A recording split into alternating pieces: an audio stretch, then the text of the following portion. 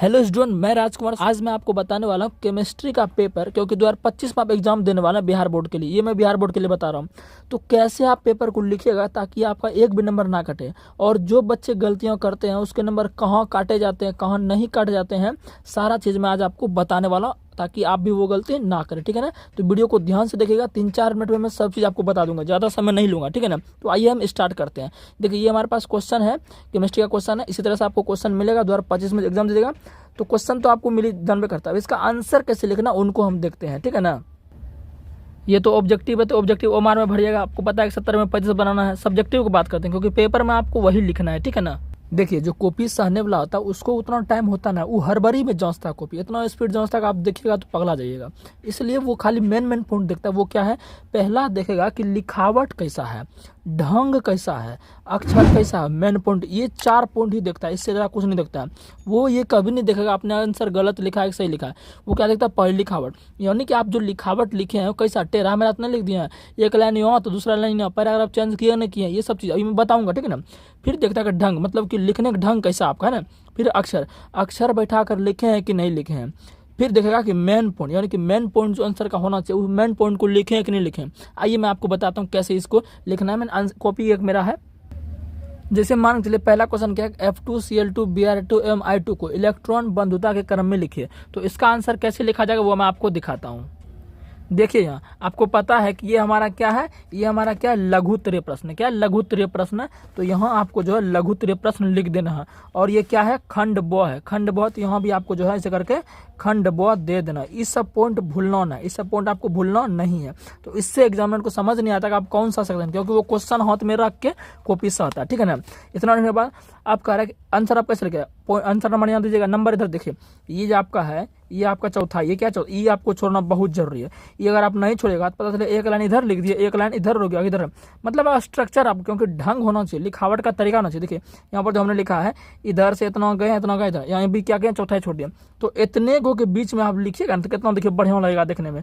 नहीं तो कभी एगो यहाँ हो जाएगा, कभी बढ़ते बढ़ते इसके पार चला जाएगा, कभी बढ़ते बढ़ते इधर चला जाएगा। तो ऐसे आपका लिखावट का जो ढंग है, स्ट्रक्चर, वो बेकार हो जाएगा, जो कि एग्जामिनर जो कॉपी से आता है उसको बिल्कुल पसंद नहीं है। तो नंबर वो काट लेता है। तो आंसर कैसे लिखेंगे? इलेक्ट्रॉन बंधुता के बढ़ते क्रम निम्न प्रकार है। तो इस प्रकार आपको दे देना। तो इसमें आपको टोटल 2 नंबर में, इसमें एक भी नंबर नहीं काट जाएगा।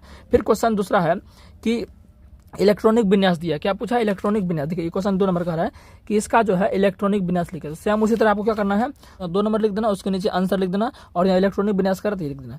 ध्यान रखना कि इसके आर पार इधर आपका जो है, इसके आर पार इधर आपका ना जाए। ठीक है ना? ध्यान रखना। अब देखिए 3 नंबर क्वेश्चन कह रहा है कि 3 नंबर क्वेश्चन देखिए यहाँ क्या कह रहा है, कि संक्रमण तत्व जटिल यौगिक का निर्माण क्यों करते हैं। तो क्यों करते हैं, इनको आंसर कैसे लिखेंगे? संक्रमण तत्व, यहाँ पे देखिए 3 नंबर लिख दिया, आंसर लिख दिया। देखिए इस सब के दायरे में ना, यानी इस सारे पॉइंट के दायरे में। अभी और कुछ पॉइंट है, संक्रमण तत्व जटिल यौगिक का निर्माण निम्न कारणों से करते हैं। तो यहाँ इसे आंसर लिख देना है। तो इसमें आपको क्या है, फुल में 2 नंबर में 1 को नंबर आपका नहीं काटेगा। ठीक है ना? नंबर आपका यहाँ लिखा जाता है, कहाँ लिखा जाता है, यहाँ लिखा जाता है, इसलिए यहाँ पर जगह छोड़ दीजिएगा। यहाँ पर क्या करना, जगह छोड़ देना है। अब जरा देखिए, यहाँ से जो क्वेश्चन बनाया, पेप्टाइड बंधे एमाइड बंधे जो किसी हो जाए, तो इतने गो सह के नंबर 1 नंबर आपको दे देगा। है ये 2 नंबर का, लेकिन आपने यहाँ से जो लिखा ना, उसको एग्जामिनर इतना फास्ट रहता है वो, तो धरपट में, यानी कि धरपर में जो है आपको नंबर वो काट लेता है। यानी उसको लगता है कि इतने को आंसर लिखा 1 नंबर। अब बाकी में आप यहाँ लिखे हुए आंसर, तो ये नहीं देखता वो, यहीं पर आपको जो है 1 नंबर देके वो निकल जाएगा। ठीक है? तो ऐसा गलती नहीं करना। यहाँ अगर 3 नंबर का आंसर यहाँ खत्म हुआ है ना, तो 4 नंबर आपको यहाँ से स्टार्ट नहीं करना, सीधे स्टार्ट करना आपको 4 नंबर यहाँ से स्टार्ट करना। ऐसे करके 4 नंबर आपको, ऐसे करके आपको 4 नंबर स्टार्ट कर लेना। ठीक है ना? तो ये बात को आप ध्यान रखना। फिर अगर हम दीर्घ उत्तरीय बनाएंगे तो यहाँ दीर्घ उत्तरीय लिख देंगे। दीर्घ उत्तरीय में देखिए क्या किया, अब जो बिहार बोर्ड का पैटर्न का तरीका अलग हो गया। देखिए दीर्घ उत्तरीय में क्या है, कह रहा है कि अभिक्रिया के वेग से आप क्या समझते हैं, अभिक्रिया वेग किन किन बातों पर निर्भर करता है, या क्या करें।